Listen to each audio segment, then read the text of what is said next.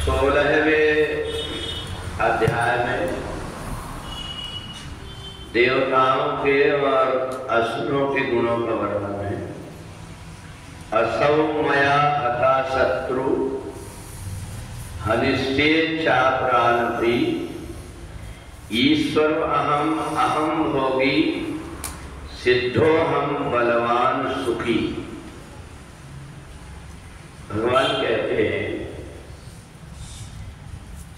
कि संसार में परमात्मा ने जितने प्रकार के जीव जंतु बनाया है, उन सब जीव जंतुओं को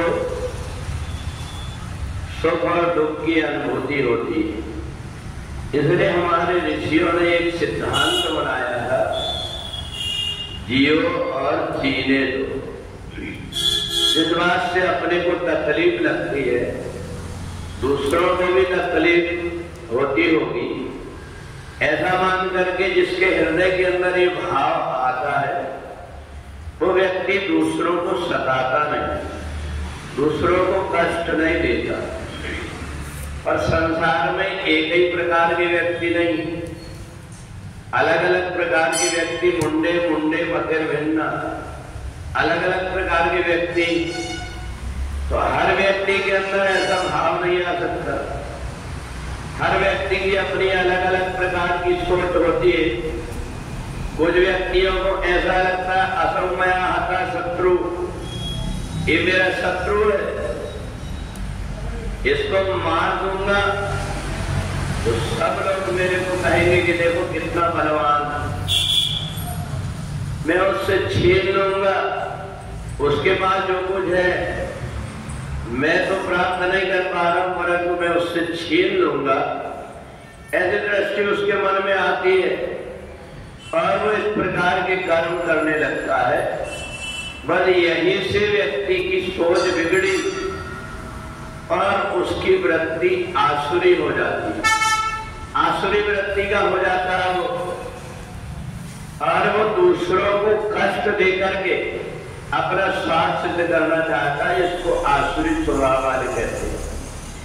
पर अपने आप को दुखी करके दूसरों को खुशी दे, ऐसा काम देवता जैसे स्वभाव वाले करते हैं।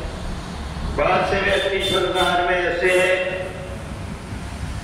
जिनको लगता है कि संसार में परोपकाराय पुण्यम पापाय परपीड़नम, परोपकार करना पुण्य है। इसलिए जितना भी बनता है दूसरों के हित का काम करो, दूसरों को कष्ट ना हो। दूसरा अगर मुसीबत में है तो उसकी सहायता कर दो। ये परोपकाराय पुण्यम, इस प्रकार की भावना होती। और पापाय परपीड़नम, दूसरों को दुख देने में कष्ट होता है। ये बात जरूर है, एक व्यक्ति अपने स्वार्थ में जब अंधा हो जाता है तो वह दूसरों के सुखों को देख करके जलने लगता है। दूसरे सुखी क्या हो रहे हैं, इस बात से लेकर के उसको कष्ट होता है। और इसलिए देवता और असुर अलग अलग कहा गया। और ये केवल ऐसा नहीं है कि ये वृत्ति केवल सामान्य व्यक्ति में आती है, देवताओं में भी आती है। ईर्ष्या और द्वेष की जो भावना है यह सबके अंदर है। पर कुछ व्यक्ति उसको दबा देते हैं और कुछ को वो दबा देते हैं।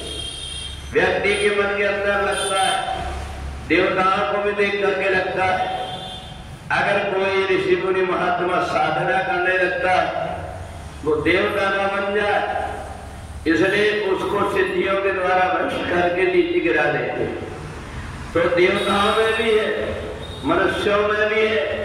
मनुष्यों में भी बलवान व्यक्ति दूसरों के साथ में अत्याचार करने लगता है। ज्ञानी व्यक्ति जिसने केवल शास्त्र पढ़ करके ज्ञान प्राप्त कर लिया, जिसको आत्म का ज्ञान नहीं हुआ, और उस ज्ञान का उपयोग कैसे करना चाहिए ये वो नहीं जानता। इसलिए जो ज्ञानी व्यक्ति होता है, अगर कहीं जाता है, कहीं बैठ करके किसी की वाणी को सुनता है, तो उसमें काट छाट करने लगता है।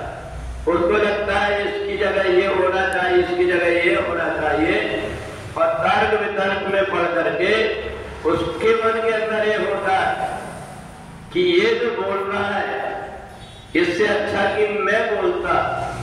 अर्थात जिस व्यक्ति को कुछ ज्ञान है, कुछ जो बोलना जानता है, यदि वो कहीं जाकर के बैठ जाए तो उसका मन वहां नहीं लगेगा, उसके मन के अंदर वो श्रद्धा नहीं होगी, क्योंकि उसको बार बार ये लगता है ये तो मेरे को सब पता है।